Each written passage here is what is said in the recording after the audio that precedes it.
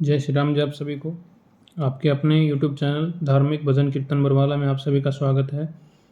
आज हम मंगलवार व्रत की विधि तथा कथा सुनेंगे। मंगलवार व्रत की विधि। सर्व सुख श्राद्ध सम्मान तथा पुत्र प्राप्ति के लिए मंगलवार का व्रत करना अति शुभ है। इसे 21 सप्ताह लगातार करना चाहिए।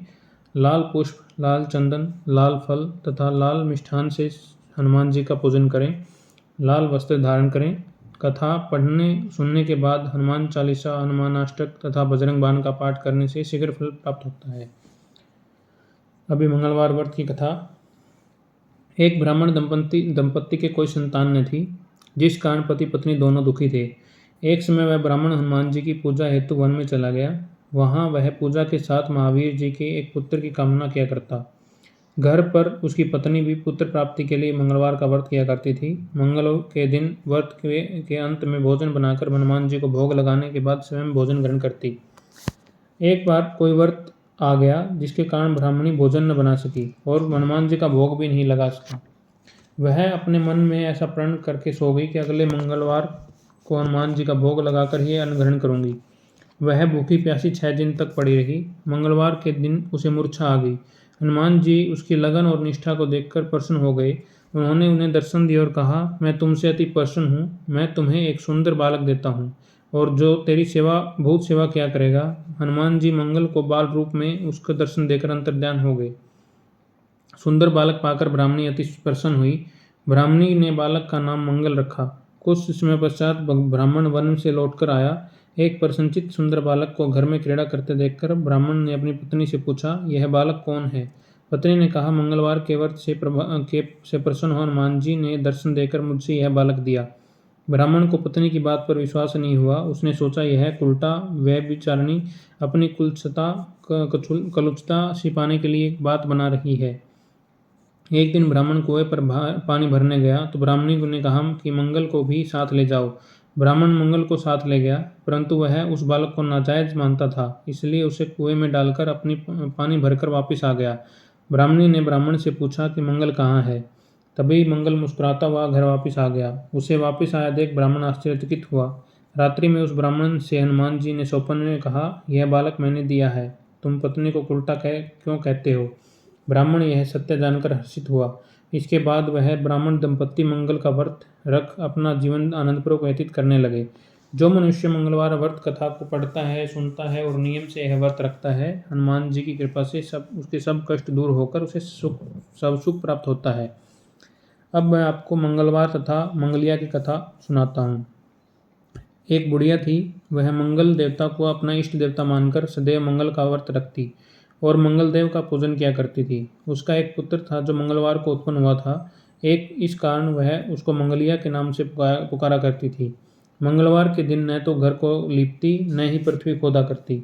एक दिन मंगल देवता उसकी श्रद्धा की परीक्षा लेने के लिए साधु का रूप धारण कराए।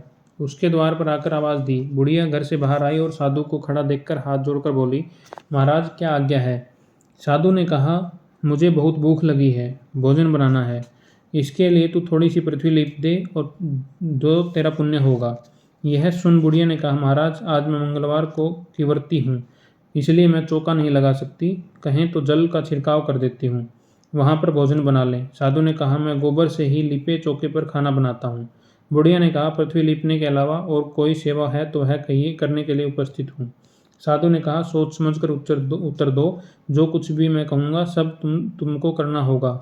बुढ़िया कहने लगी, महाराज पृथ्वी लीपने के अलावा जो भी आप आज्ञा करेंगे उसको मैं अवश्य पालन करूँगी। बुढ़िया ने ऐसे वचन 3 बार दिया। तब साधु ने कहा, तो अपने लड़के को बुलाकर औंधा लिटा दे, मैं उसकी पीठ पर भोजन बनाऊंगा। साधु की बात सुनकर बुढ़िया चुप रह गई।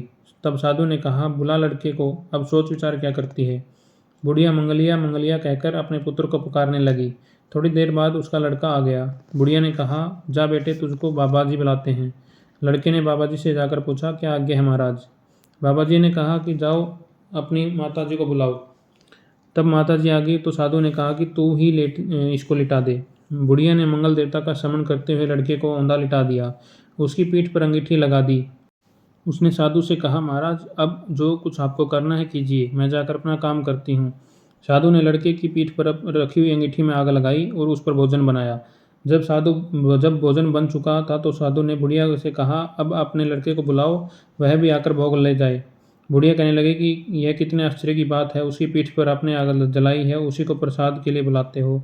क्या यह संभव है कि अब भी आप उसको जीवित समझते हो? आप कृपया कर उसका स्मरण भी मुझको न कराइए और भोग लगाकर जहाँ जाना हो जाइए। साधु द्वारा आग्रह करने पर बुढ़िया ने ज्यों ही मंगलिया कहकर अपने पुत्र को आवाज़ लगाई, त्यों ही वह एक ओर से दौड़ता हुआ आ गया। साधु ने लड़के को प्रसाद दिया और कहा, माई तेरा व्रत सफल हो गया, तेरे हृदय में दया है और अपने इष्ट देव की में अटल श्रद्धा, इसके कारण तुझको कभी कोई कष्ट नहीं पहुंचेगा। बोलिए श्री हनुमान की जय। बोलिए बजरंगबली हनुमान की जय। मंगलवार का व्रत कथा यहीं पर समापन होता है। अब श्री हनुमान जी की आरती करते हैं। आरती कीजे हनुमान लला की, दुष्ट दलन रघुनाथ कला की। जाके बल से गिरिवर कांपे, रोग दोष जाके निकट न झाके। अंजनी पुत्र महाबलदाई, संतन के प्रभु सदा सहाई। आरती कीजे हनुमान लला की, दुष्ट दलन रघुनाथ कला की। देवीरा रघुनाथ पठाए, लंका जारि सिया सुदिलाए। लंका सुकोट समुद्र सिखाई, जात पवन सुत वारन लाई।